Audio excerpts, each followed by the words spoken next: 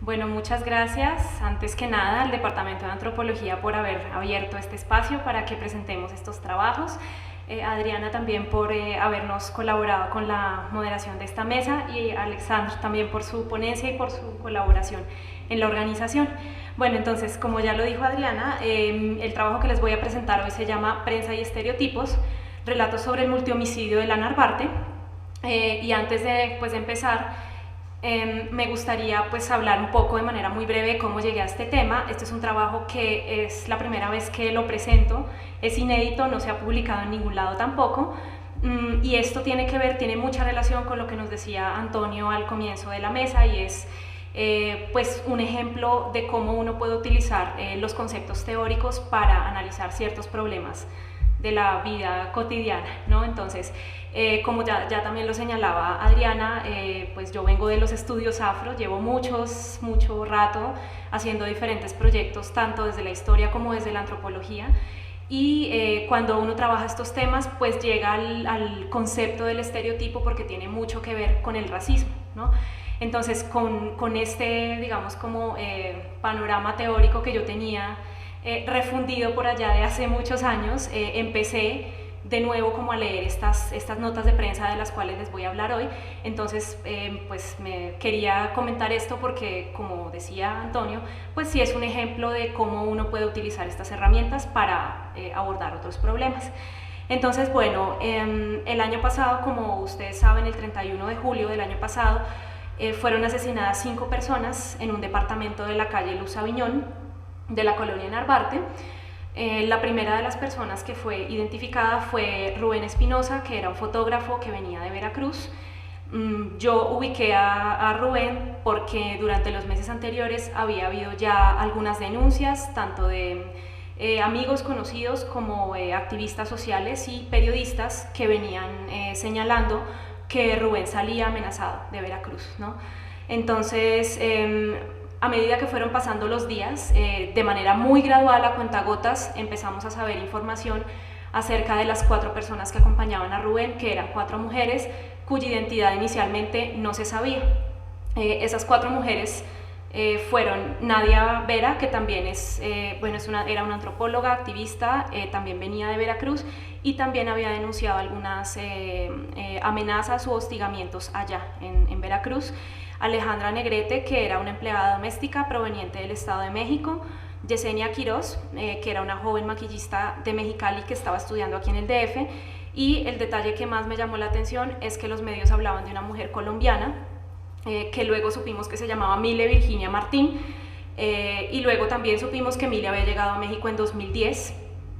y ella compartía este departamento junto con Nadia, Yesenia y otra mujer que no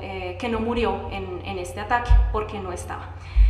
Entonces, bueno, lo que ocurrió en los días siguientes fue lo que me motivó a hacer esta reflexión, a escribirla y a compartirla con ustedes hoy.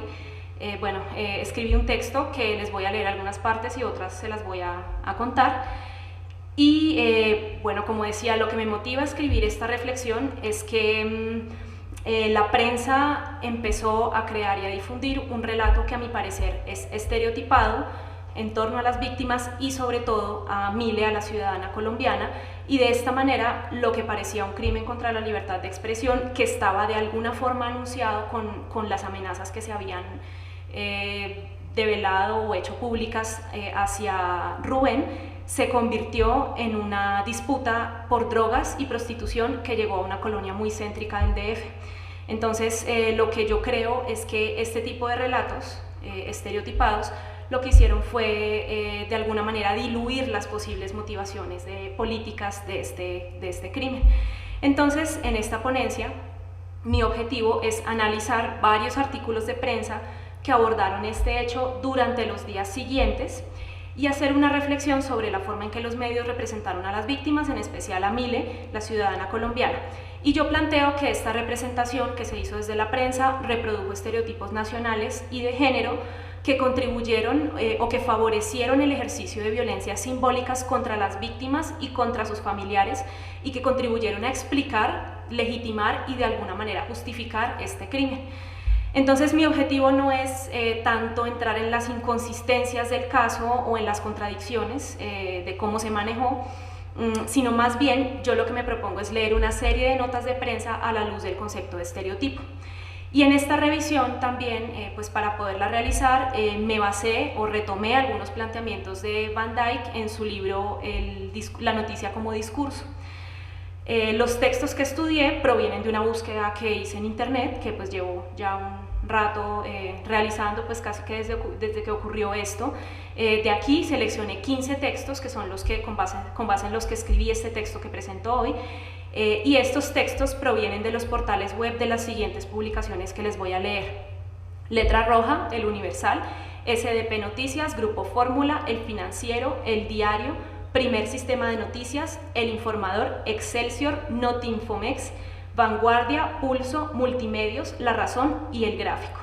Estas noticias fueron difundidas en los meses de agosto y de septiembre de 2015, con excepción de una, que es de marzo de este año, que es la del Gráfico. También, junto con esto, revisé 5 artículos publicados en las páginas web de Referente Animal Político, Plumas Libres, Sin Embargo, y El Espectador, que es un diario colombiano muy importante, los cuales aportaron visiones críticas sobre el tratamiento de los medios a este caso y que también me ayudaron mucho para llevar a cabo, para escribir este texto y hacer este análisis. Entonces, como decía hace un momento, la reflexión que hago parte de la idea de que estas notas de prensa sobre el multihomicidio difundieron un relato estereotipado sobre Mile, sobre la ciudadana colombiana. Entonces, ¿a qué me refiero yo cuando hablo de un relato estereotipado? A que en este relato un individuo, o sea, Mile, fue reducido o reducida a unas cuantas características fijas y esenciales en función de su nacionalidad. Entonces, al hablar de un estereotipo, o al hablar de los estereotipos, me refiero a hipergeneralizaciones que nos permiten reducir a las personas y a los grupos sociales a imágenes unidimensionales y muy a menudo negativas o difamatorias. Esto lo explican Elizabeth y Stuart Ewen, quienes han hecho un análisis muy profundo sobre el origen de los estereotipos. De esta manera, entonces, los estereotipos son imágenes ordenadas y coherentes del mundo que, como ya nos explicó Alex cuando habló de Walter Lippmann, que es quien le da como el sentido moderno a este concepto,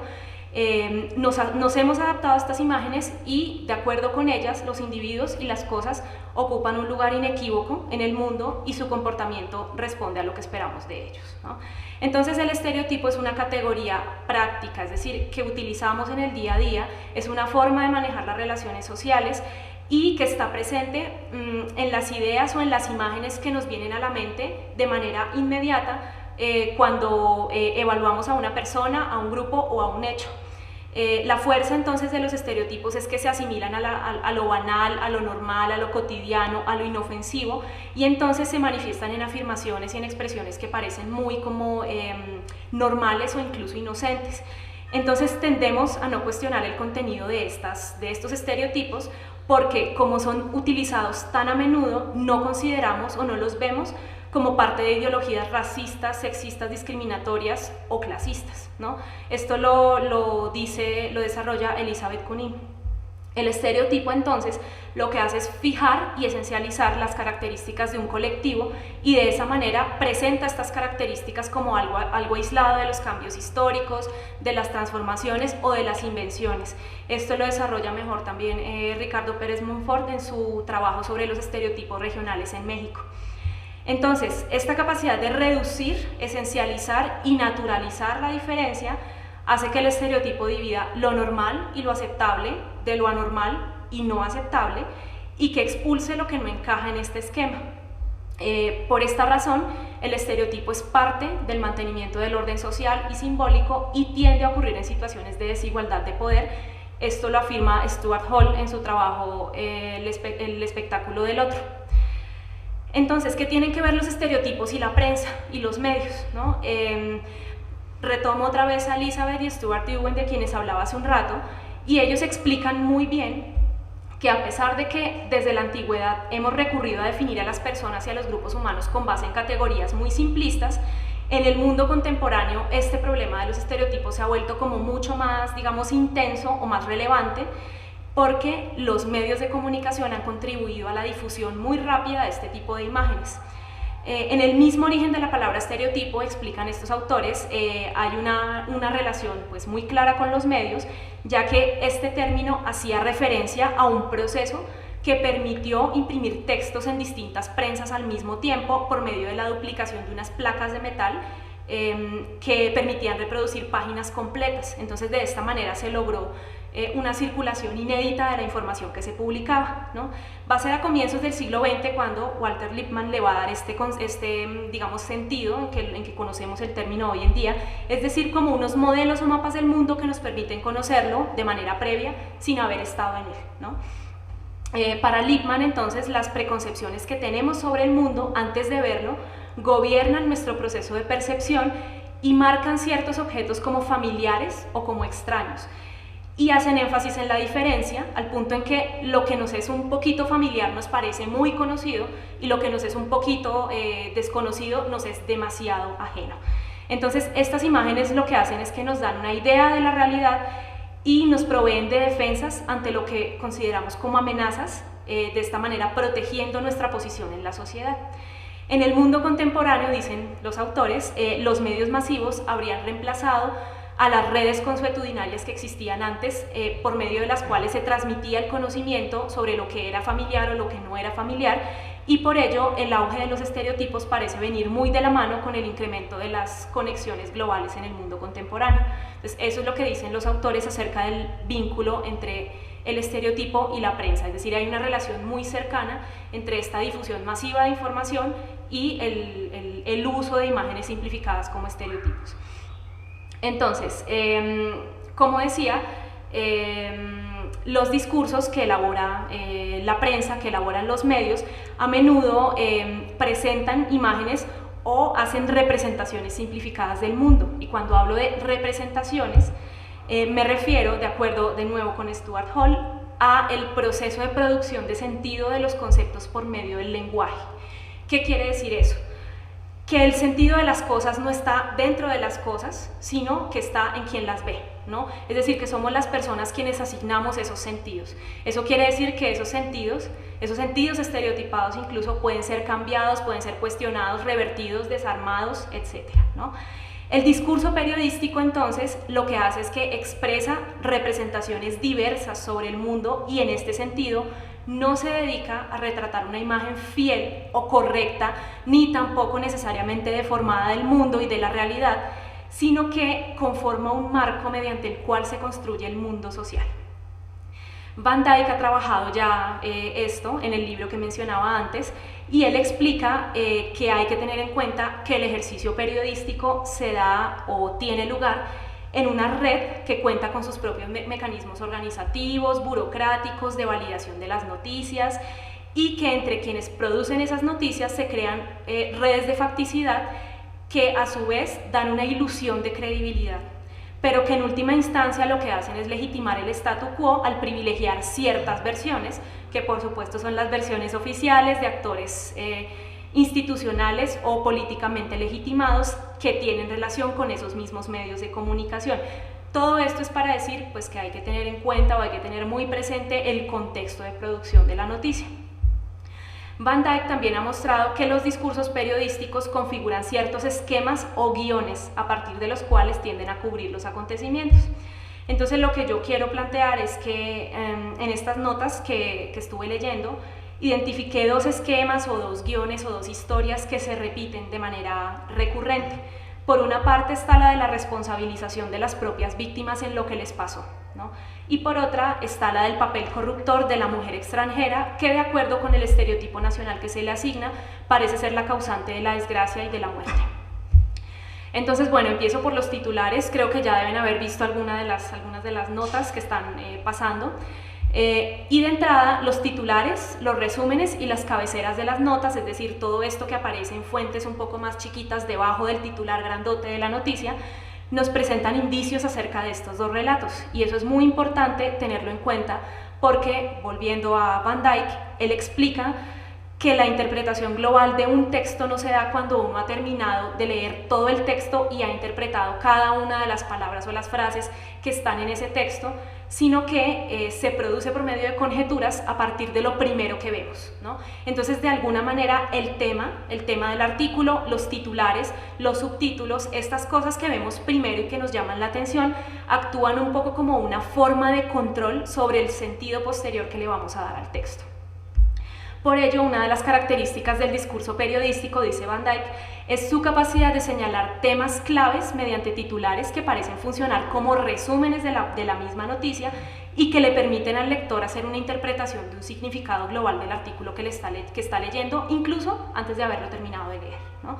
Entonces, los titulares y resúmenes de las notas estudiadas plantearon desde el comienzo el vínculo de Mile, de la chica colombiana, con actividades ilegales, tales como la prostitución, el tráfico de drogas e incluso el robo a casas. Ejemplos de ello, pues yo creo que ya los vieron, pero los cito rápidamente, son titulares como: viajaba por todo el mundo, prostituta colombiana asesinada en la Narvarte, víctima de la Narvarte utilizaba múltiples identidades, colombiana conoció homicidas de la Narvarte, colombiana usaba como casa de citas departamento de la Narvarte, revisan videos del Aeropuerto Internacional de la Ciudad de México para detectar a colombiana del caso Narvarte, colombiana asesinada en Narvarte pidió visa con papeles falsos, caso Narvarte, Mile traficaba con drogas y era prostituta en Europa, y Mile la colombiana habitaba en 2 departamentos. En otros titulares no se hizo referencia directa a Mile, pero sí se planteaban elementos de esta versión, tales como: fuimos por sexo a la Narvarte, asegura consignada por multihomicidio, y hubo fiesta en la Narvarte antes del multihomicidio.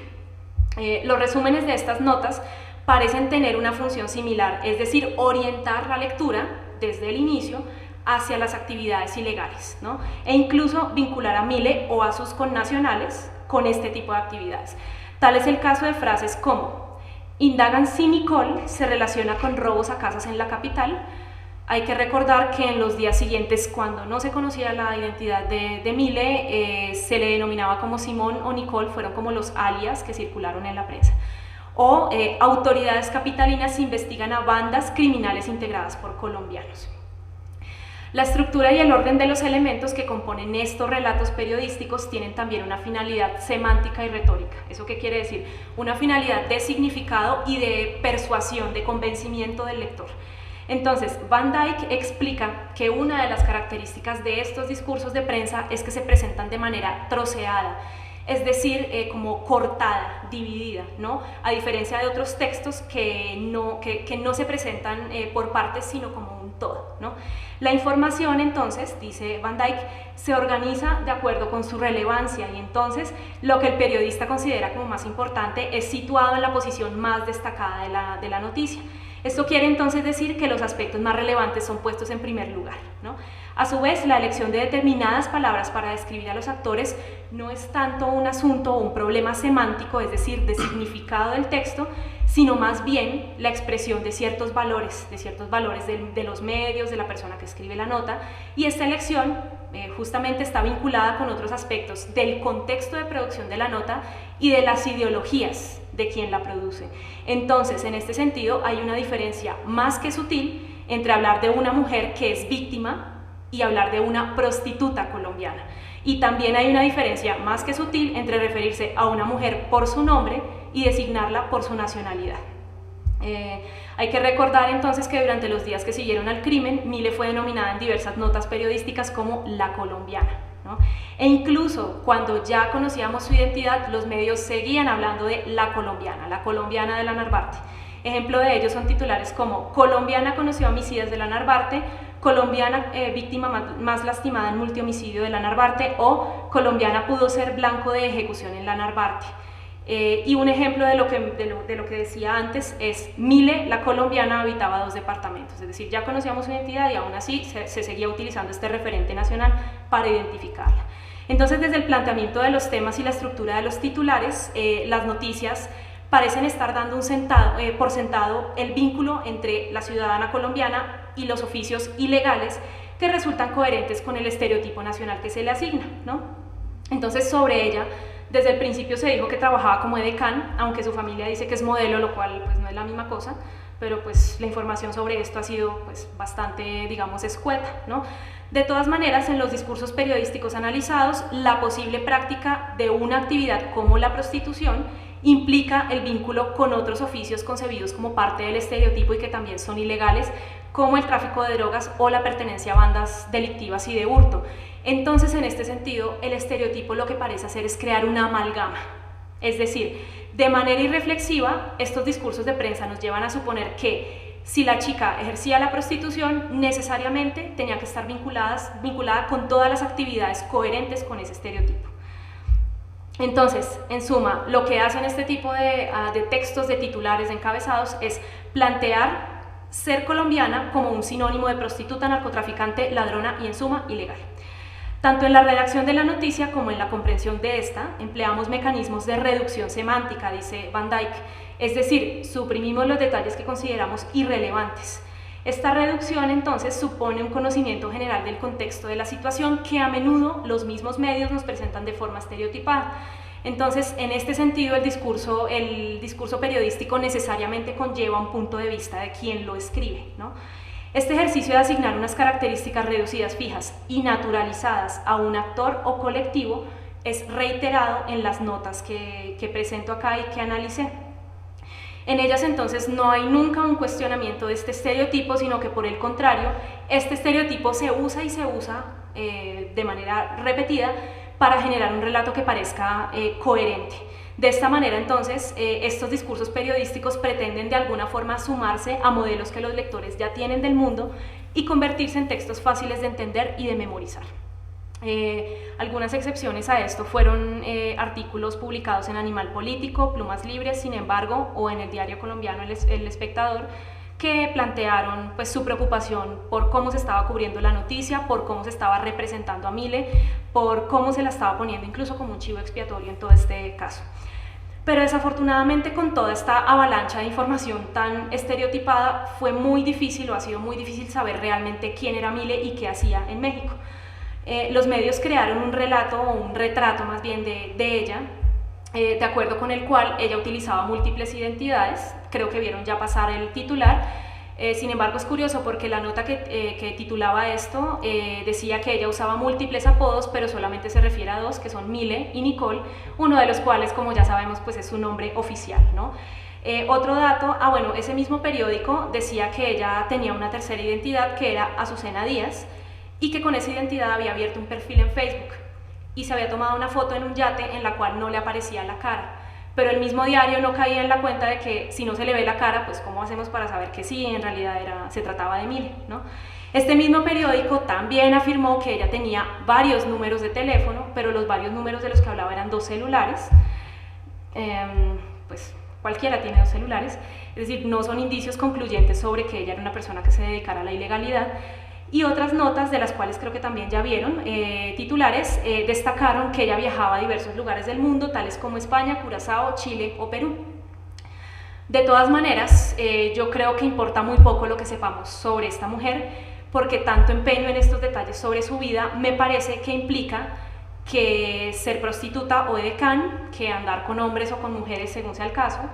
consumir drogas, ir a fiestas o ser migrantes nos hacen responsables de nuestra propia violación, tortura y muerte.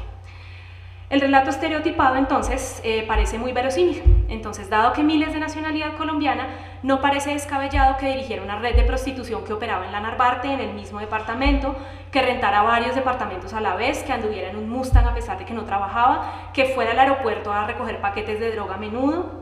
e incluso que estuviera relacionada con mafias de colombianos que operan aquí en el DF. Entonces, como lo afirmó una nota de SDP Noticias,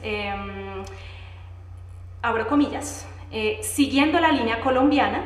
se demuestra una constante disputa entre las bandas de ese país por el control del robo a residencia y artículos de lujo, especialmente relojes. El autor tiene una preocupación muy seria acerca del robo de relojes por parte de colombianos, porque por lo menos 2 veces en su artículo habla de que los colombianos roban relojes, ¿no? Según este autor, las bandas de colombianos se encuentran en una disputa muy fuerte que no está, digamos, amainando, sino que por el contrario se está intensificando más, porque, abro comillas, porque estas bandas podrían fortalecerse porque, abro comillas, podrían comenzar a aceptar en sus filas a miembros de las FARC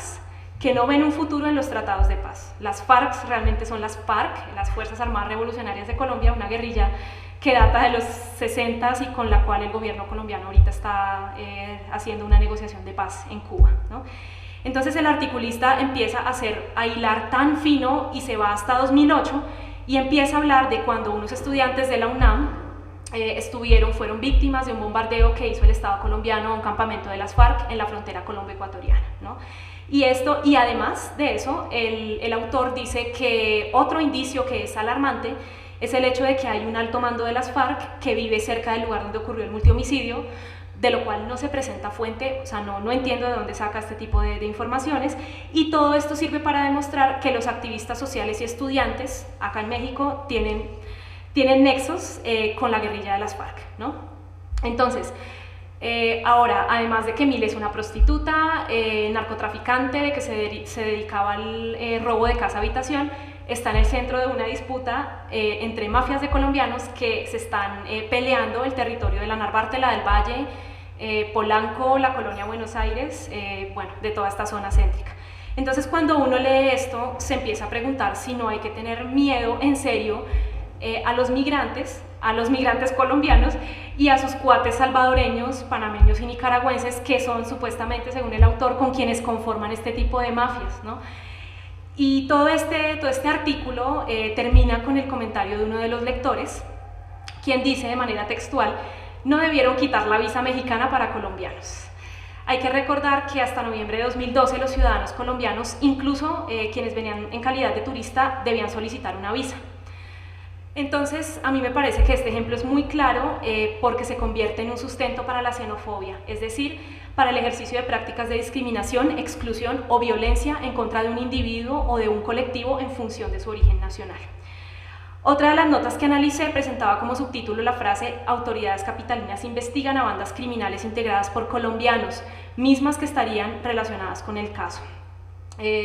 Todo este tipo de informaciones que circuló en los primeros días en los diarios no aparece sustentada, es decir, estos periódicos plantean un posible nexo entre la muerte de Mile y las bandas de mafiosos colombianos, pero nunca se aborda esta línea de investigación y se deja ahí, suelta. Ningún periódico nos habla acerca de esto o nos brinda como nos profundiza esta versión. Entonces, de esta forma, Mile es reducida a una figura que habitaba en la ilegalidad, y este retrato que difunde la prensa contribuye a deshumanizarla y, de paso, a mí me parece que diluye el reclamo de una investigación seria sobre este crimen, porque ella es representada como la persona que tenía nexos con actividades ilegales, como la persona que conocía a los homicidas, como la persona que les abrió la puerta y que permitió que ellos fueran asesinados, e incluso como un anzuelo, de esa manera literal se trata en los textos, como un anzuelo para llevar a Rubén al lugar de los hechos. Como decía, toda esta avalancha de información nos ha impedido saber realmente quién era ella y qué hacía. Otra cosa que noté de manera reiterada en estos textos fue la exposición morbosa de detalles privados acerca de la vida de las víctimas,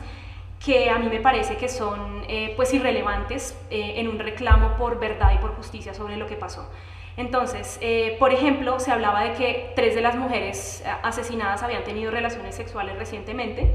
o que Nadia y Rubén presentaban evidencia de consumo de alcohol y de marihuana. Un artículo del Universal, por ejemplo, lo que hizo fue retomar la que consideraba la narración más completa de los hechos, que a su vez provenía de un periódico llamado Letra Roja, y por ese nombre ustedes se podrán imaginar qué tipo de cubrimiento hizo Letra Roja. Yo más adelante les voy a contar un poquito sobre esto. Entonces, el artículo del Universal decía que las evidencias de que Rubén estaba en el lugar equivocado y a la hora equivocada eran abundantes. No se presentan esas evidencias, solo se usa el adjetivo de que son abundantes. Pese a ello, decía el autor, algunas voces insisten en, abro comillas, distorsionar la verdad histórica, cierro comillas, insistiendo en que el crimen puede deberse a la actividad periodística de Rubén. Entonces, yo creo que después de lo de Ayotzinapa sabemos bastante bien que lo de la verdad histórica puede ser bastante cuestionable y poco apegado a la realidad. Entonces, los discursos periodísticos cuentan con algunos contenidos o estrategias persuasivas que buscan hacernos creer en todo lo que nos dicen, ¿no? Esto se logra, por ejemplo, por medio de citas de actores autorizados como las autoridades, de datos como fechas, horas, de las causas de lo que pasó, de las posibles consecuencias, de la elaboración de ciertas estructuras narrativas, por supuesto también de la presentación de emociones fuertes para el lector, y además de la cita de lo que parecen ser diversas fuentes sobre el hecho, pero en realidad esas diversas fuentes pues son como las más cercanas ideológicamente a quien escribe la nota, ¿no? Entonces, en este sentido leo yo este recurso de hablar de abundantes evidencias, múltiples identidades, diversos números de teléfono. Entonces, lo que hacen es que nos dan un discurso lleno de cantidades que al final es vacío porque, como ya lo expliqué, las múltiples identidades en realidad eran 2 y los múltiples números de teléfono también eran 2. Entonces, bueno, la citada nota de letra roja a la cual me refería es un buen ejemplo de cómo este tipo de periódicos buscan transmitir una historia que parezca verdadera por medio de estrategias persuasivas como las que señalaba antes. Entonces, el artículo lo que hace es un paso a paso. Ahí creo que ya lo vieron, creo que se llama así, el crimen de la Narvarte paso a paso, ¿no? Entonces lo que hacen es como reconstruir todos los pasos previos al multihomicidio, y hay una parte muy curiosa, y es que, bueno, el autor empieza a narrar que Rubén, la noche anterior, estaba tomando con un amigo en un bar y que lo corrieron a las 2 de la mañana porque ya iban a cerrar. Entonces de ahí Rubén compró chelas o no sé, bueno, tragos, y se fue con su amigo para el departamento. Allí se quedaron durante la noche, se enfiestaron, consumieron marihuana y cocaína, y en la mañana Rubén y su amigo salieron. Pero entonces Rubén se iba a ir y de repente le dijo a su amigo, abro comillas, es textual, así lo dice el artículo: ¿sabes qué? Yo mejor me regreso, no tengo sueño, además no me caerían mal otros tragos. El artículo entonces dice que hay una serie de hoyos negros en el tiempo, es decir, de momentos en los cuales no se sabe qué es lo que pasaba. Sin embargo, dice que ellos hicieron una investigación de la cual no se sabe, yo no sé qué fue lo que investigaron, pero que además, de acuerdo con algo llamado la mecánica de los hechos, que nunca se explica qué es, y de acuerdo con los peritajes forenses, Mile habría sido la persona que recibió la llamada, que bajó a abrir, que entró a los asesinos, y a continuación siguen los detalles escabrosos sobre cómo estos hombres entraron, sometieron a las víctimas, las violaron, las torturaron, y hay una especial atención en Mile y en cómo la violaron a ella y en cómo la forma, todo lo que le hicieron fue peor que a las demás víctimas. Y es en esta parte donde aparece el relato sobre el pelapapa con el cual habrían torturado a las víctimas, ¿no? Entonces el texto, después de exponer todo esto, termina narrando que Mile no tenía trabajo, que se dedicaba al narcomenudeo, que era la que mantenía la casa y que además ofrecía sus servicios como prostituta a uno de los imputados por el delito. Entonces, esto de los pasos previos, las declaraciones que son textuales, todo esto, la supuesta mecánica de los hechos que no sabemos en qué consiste, lo que hace es crear un relato con carácter factual que presenta una estructura de causas y de consecuencias y que le da emociones fuertes al lector. Entonces, mientras Mile aparece como una traficante en estos relatos de prensa, se divulgan por otro lado los exámenes toxicológicos de otras 2 de las víctimas, ya había hablado un poco de eso, que dan positivos para marihuana y cocaína, ¿no? Asimismo también los medios empiezan a dar un poco cuenta de las drogas que supuestamente se encuentran en la escena del crimen, y uno siente que están haciendo de alguna manera como que están equiparando el consumo con el tráfico, ¿no? Entonces las drogas son el centro de toda la argumentación, también se recurre mucho al tema de la fiesta. Por ejemplo, hay un artículo que empieza diciendo algo como: les gustaban las fiestas y tener amigos, mientras que otro dice: las jóvenes sí hacían fiestas, pero tenían 2 meses de que no se hacía ninguna fiesta en ese departamento. Entonces, todo lo que hacen estas estrategias es justificar o explicar por qué ocurre este crimen, vincularlo con la fiesta, con el consumo de drogas, y todo esto pretende sumarse a un modelo que ya tenemos los lectores preconcebido, y de esa manera que tengamos como elementos para agarrar rápidamente las informaciones que nos da la noticia. Bueno, entonces voy a ir un poco más rápido porque ya estamos un poco mal de tiempo. A mí me parece, bueno, en varios de los textos de las noticias que yo analicé, la imagen que se presentó fue la de Mile. Bueno, también salían algunas fotos de otras de las víctimas o de las marchas o de de los actos que se hicieron para repudiar este hecho. Sin embargo, durante los días siguientes también circularon fotos filtradas de la escena del crimen. Yo no las encontré en ninguno de los diarios que consulté, pero estas fotos sí circularon y de hecho algunos medios hacen referencia a ellas, ¿no? Entonces, yo considero que esta divulgación de documentos visuales sobre lo que pasó, además de ser una evidencia de un manejo muy irresponsable de la información, también es una forma de difusión o de propagación del terror. César Cisneros ha trabajado esto con relación a los documentos visuales de Ayotzinapa y a la circulación de, pues justamente de testimonios visuales sobre la muerte de Julio César Mondragón, que fue uno de los chavos asesinados la noche en que fueron desaparecidos los normalistas, ¿no? Entonces creo que esta estrategia de hacer circular las imágenes lo que hace es difundir el terror y hacernos pensar que ya no estamos seguros ni siquiera en una colonia céntrica de la Narvarte y que tenemos que tener cuidado si somos migrantes, periodistas, activistas, empleadas domésticas, estudiantes, prostitutas o lo que sea. Bien, no es la primera vez que vemos este tipo de usos irresponsables del estereotipo y de hipersexualizaciones del cuerpo de la migrante, de la mujer migrante y de la migrante colombiana, ¿no? Un ejemplo de ello fue un caso que ocurrió en 2012 cuando una mujer murió en un departamento de Polanco, una mujer colombiana murió en un departamento de Polanco en circunstancias muy extrañas. Entonces, al respecto, un artículo de Excelsior decía que un baile seductor había producido la muerte de esta chica que se llamaba Diana Alejandra, y lo primero que el artículo hace es presentarnos a la chica, a Aleja, como la apodaban, con una tanga azul y bailándole seductoramente a su acompañante y diciéndole de manera textual: ¿te gusta lo que ves? O sea, vuelvo al mismo artificio, digamos, persuasivo que mencionaba antes. Entonces el artículo lo que hace es plantear toda la escena, reconstruir supuestamente una historia, y luego empieza, como en el caso de Mile, a entrar en detalles de su vida privada. Entonces empiezan a decir, es que Aleja quería grabar un disco, pero andaba con su entrenador privado, no tenía casi amigos, tenía solo amistades superficiales y además 3 días antes se había hecho un aborto.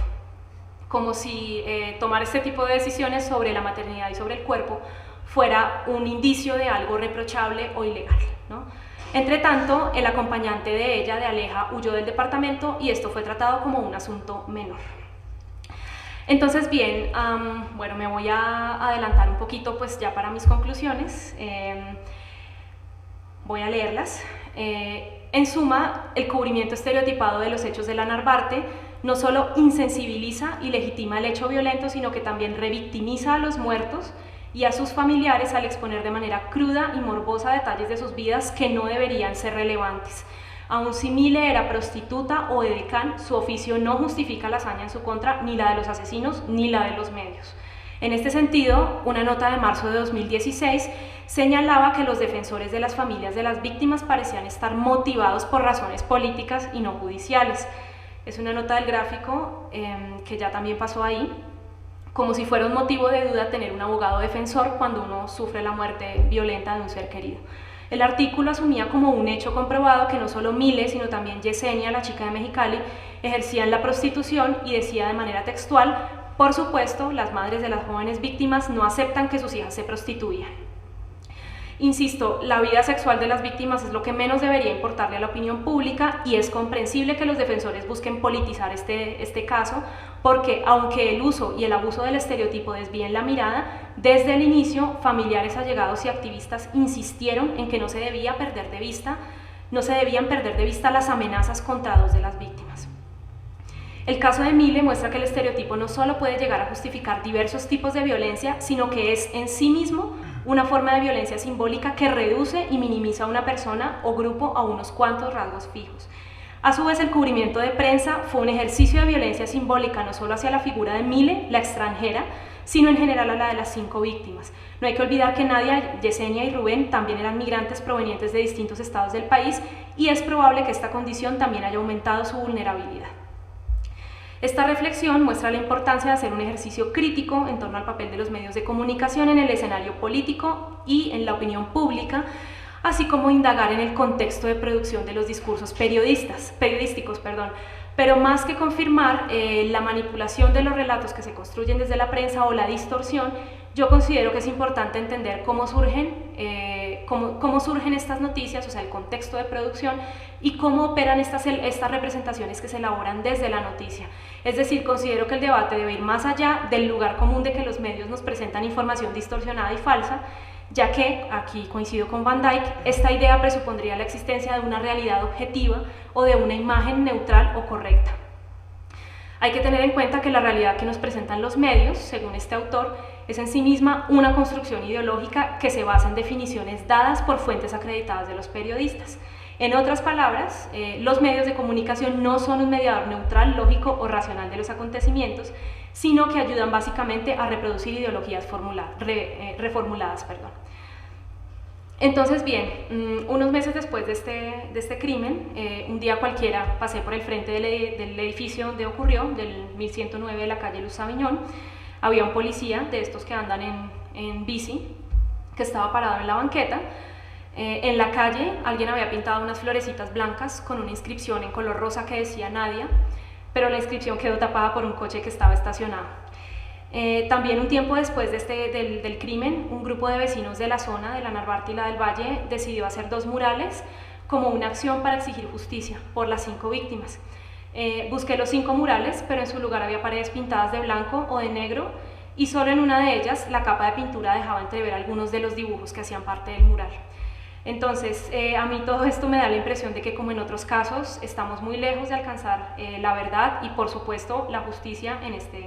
en este caso, y quizá ya nunca sea posible saber qué pasó, ni con Mile ni con las 4 personas que murieron, pero a mi parecer nada justifica la muerte violenta, ni siquiera el hecho de ser colombiana o mexicana, migrante, prostituta, fiestera, estudiante, periodista o activista. El estereotipo, con su poder de parecerse a una visión coherente e invariable del mundo, fue la base para que los relatos de la prensa representaran como un hecho normal la violencia, la tortura y la muerte. Nos queda como tarea desde las ciencias sociales pensar en estrategias para cuestionar y revertir estas imágenes esencializadas y proponer alternativas más críticas para la difusión de la información en los medios de comunicación. Muchas gracias.